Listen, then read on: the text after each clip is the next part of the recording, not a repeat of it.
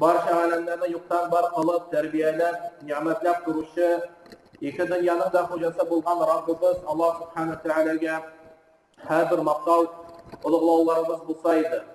Bu dünya yurtuna rahmet bulup jiberilgen Peygamberimiz Muhammed sallallahu aleyhi ve sellem'e ko'ngil turlaridan chiqqan salavat salamlarimiz yurishsaydi. Onun yolundan yarıp sonlu günlerinde hepli İslam dini bilen yaşayıp o'tgan sahabelerine, tabi'inlerine hem barcha Müslümanlara bizden her bir izgi dualarımız olsaydı.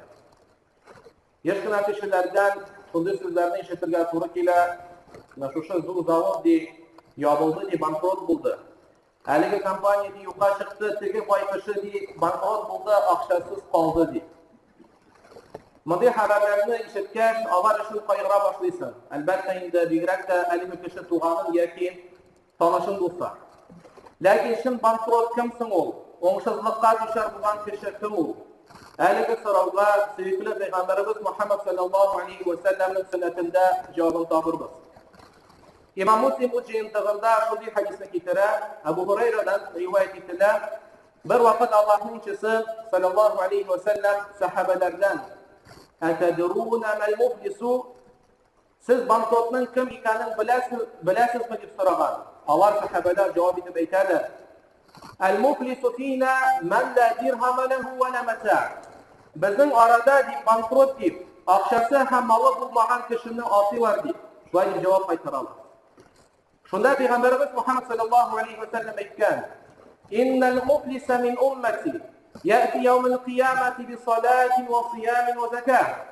Durdikdagi mening ummatimning ahllaridan bankrot u qiyomat kunida o'zi bilan namozin, ro'zalarin ham zakatin olib keluvchidir. Wa ya'ti qad shatama hada wa qadama hada wa akala mala hada wa safaka dama hada wa daraba hada. Lakin shu vaqtda onun mani ranjituvi, menga yovayuvi, mening molim o'zlashtiruvi, mening qonin tugu, menga tugu ochiqlanadi. فيعطى هذا من حسناته وهذا من حسناته فإن فنيت حسناته قبل أن يقضى ما عليه أخذ من خطاياه فطرحت عليه ثم طرحت النار. Ham shundaydi. Onun izli amellerinden nefsedir bu kişiye, nefsedir munusuna biriler.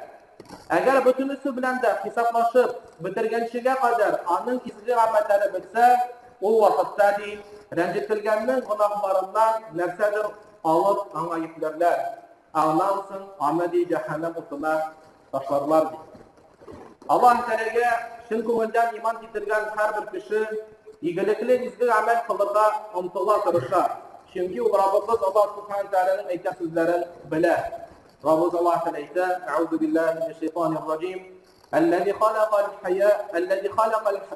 halaqal mevte vel hayâte liyebluvekum eyyukum ahsanu amela ve huvel azizul gafur." Bu diye Allah Teala ölümne hem tiriklikni bar kıldı. Sizin sınaq karar için, faydalarınız yaxşıra amelli ikenligini bilir için. Şu sözlerge inanıp, nindi izi ameller kılıp bula kişinin kelgençe barısında eşlerge tırışa. Andi kişiler namazını da okuyor, Ramazan ayında uğranasını da tutar, sadakasını da verir. Ağır halde kalan kişilerge de yerlemeyte, tuğanbız ciplerinde saklayır. Ama başka kişiler bilen aralaşkanda Hayşak özümüz nesizmişe Müslümanlara hiç girişmegen ameller işlerge mümkündür.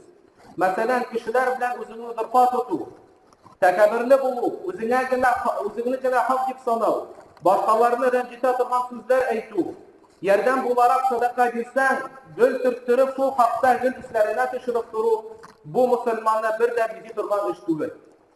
Şular bilen birlikten kişilerden eşitke alıp, alnı kaytarmışa yürü.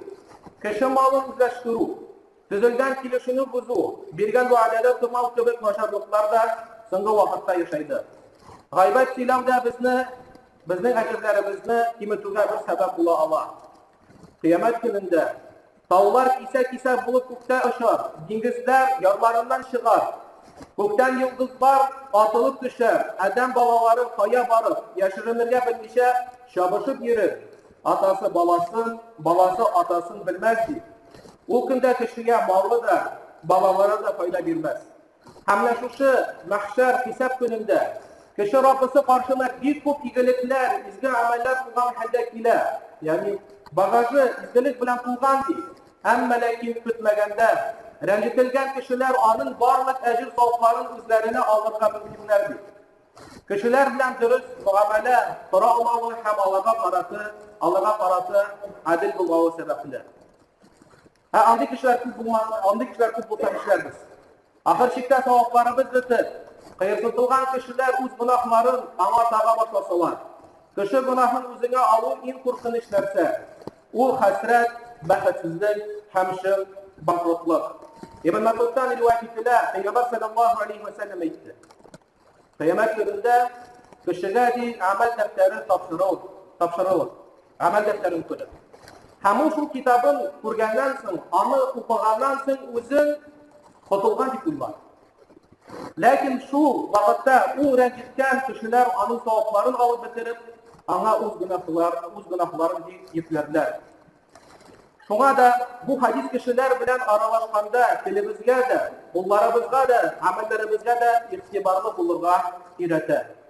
Бөтен ул мусульман, яки мусульман түгел кеше, бөтен кешеләргә карата да без мусульман буларак яхшы мөнәсәбәттә булырга тиешбез. Чөнки кайбер кардәшләрдән ишетергә туры килә, ул мусульман кеше түгел, яки намаз укучы түгел, аны алдасаң да, закатын кире кайтармасаң да була дип әйтүчеләр бар. Юк, динебез безне моңа өйрәтми, киресенчә, динебез һәрбер кешегә карата яхшы мөнәсәбәттә әдәпле булырга өйрәтә. Менә шундый хакыйкый чын банкрот булудан ничек итеп котылырга, нинди саклаулары бар? Моңа җавап бирергә тырышырбыз. Беренчедән, кеше хакына кирмәскә, аны бозмаска һәм моны һәр вакыт истә тотырга. Чөнки хадистан күренгәнчә, кеше хакын бузу банкрот булуга иң зур сәбәп булып тора. Икенчедән, кыямәт көндәге булачак хисапны баштан чыгармаска һәм даими рәвештә аны истә тотырга. Бер вакыт Омар ибн Абдул-Азиз халифа булган вакытта аның янына бер кеше килә. Һәм аңа ошамаган начар сүзләр килә Омарга. Һәм Омар рахималлаһ моңа аны китеп ачулана һәм әлеге кешене җәзага тартырга була. Ләкин соңыннан нәфесен моннан туя һәм әлеге кешегә мондый сүзләрне әйтә. Син теләдең шайтан мине үземнең султан дәрәҗәм белән чиктән чыгарсын дип, һәм мин сиңа бүген золымлык кылып, син иртәгә, ягъни кыямәт көнендә миннән үч алырсың дип. Юк ди, барып, кит ди, Аллаһ Тәгалә сине гафу итсен. Карагыз, Омар ибн Абдул-Азиз күрде ничек шайтан васваса кылган кешегә иде. Һәм инде үз нәфесен тыеп, шушы кыямәт көндәге булачак хисаптан куркып, үз нәфесен тыя. Өченчедән, үз-үзебезне бу дөньяда даими рәвештә хисап кылу. Чөнки үз нәфесен хисап кылучы, үз хаталарын, җинаятьләрен белеп тора һәм булдыра алганча аларны кыямәт көненә тикле төзәтә ала. Бер вакыт риваят ителә, Усман радиллаһу анһу өенә кайткач, күрә эшчесе инде кулын. Һәм әлеге эшче аның дияләрен охыта. Дияләрен охытканда ниндидер кимчелек эшләп, Усман радиллаһу анһу бу охшамады. Һәм Усман радиллаһу анһу ачуланып әлеге кешенең колагыннан тарта колагын бора. Соңнан соң бу эшеннән Усман радиллаһу анһу үкенә, хатасын таныды да һәм үкенә. Һәм шушы кулы янына килеп әйтә, минем колагымны тарт ди. Әлбәттә инде кул, ничек инде хуҗасыннан колагын тартты. Кулыннан баш тарта, тартмыйм ди.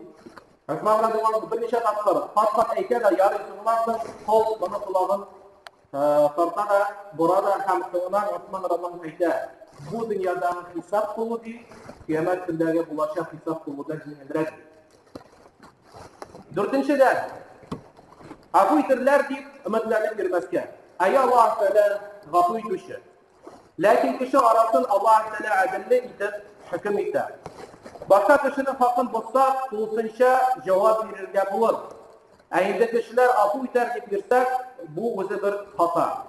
Әле бу дөньяда да мәсәлән берәр кешегә аны рәнҗетеп, хаталанып берәр нәрсә эшләсәң, соңыннан аңа килеп анан гафу итүне сорасаң, бик сирәк кенә кешеләр гафу итәләр.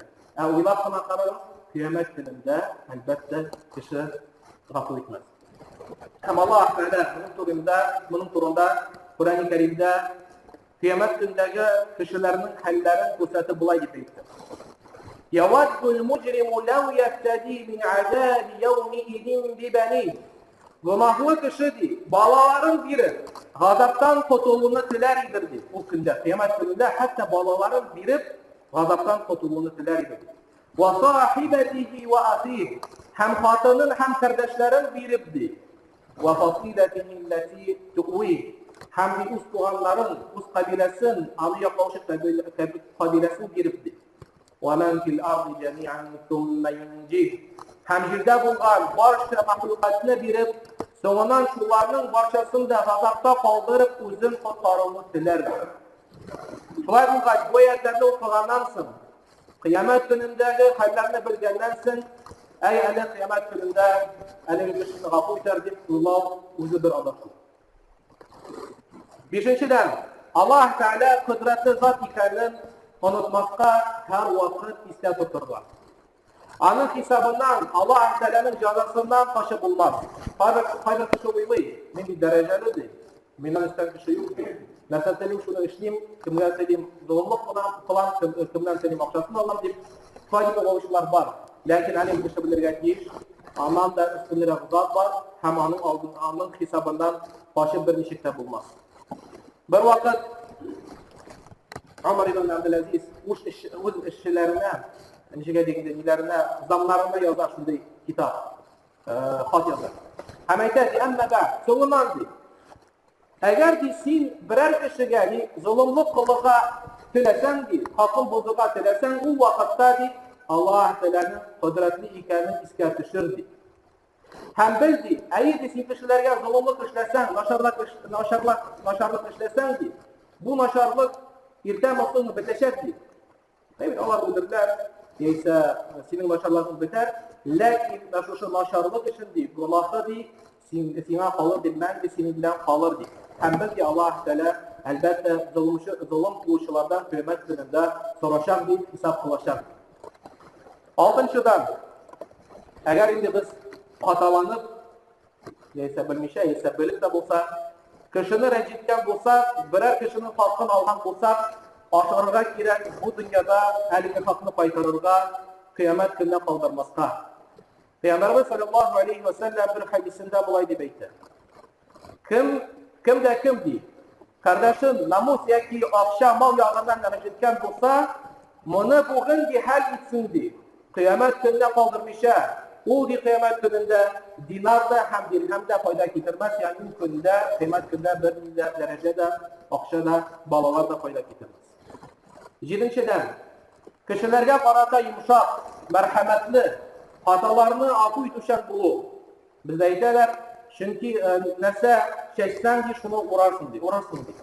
Ama Allah Teala'nın kurulda Nur suresinde eyte, وَلْيَعْفُوا وَلْيَصْفَحُوا أَلَا تُحِبُّونَ أَنْ يَغْفِرَ اللّٰهُ لَكُمْ. Belki kimçiliklerin kabul etiniz, hem hataların kişiriniz. Allah Teala'nın üzerinizde yarlı kavun eller sevmişsiniz mi deyip, hem Allah Teala yarlı kavuşu hem üzerinin kullarına karata rahimli. Biz uğraşınca bu dünyada bankrot bulup, o haddini korkunç değil. Niçin? Eğer bankrot buldun, sevdan barmadın, yanadan yana iş tabak olsadı, yana sevdiler tabak olsadı, yanadan pay bulurga mümkün. Lakin kıyamet gününde, Allah Teala'nın hesabından kaşı bulmaz. Hem de şu an burada anda bankrot buldan en zor paygamla, şu en zor bankrot o kıyamet gününde bulur. Hem şu an burada Allah Subhanahu Teala bizni için bankrot buldan saklasın. Hem kılgan her bir izin amellerimizni şu kitapta görüp, Allah'ın ecir savablarını kurga nasip etseydi. وَاقُولُ قَوْلِ هَذَا وَاسْتَغْفِرُ اللّٰهَ لِي وَلَكُمْ وَلِسَائِرِ جَمَاعَةِ الْمُسْلِمِينَ إِنَّهُ هُوَ الْغَفُورُ الرَّحِيمُ السَّمِيعُ الدُّعَاءِ.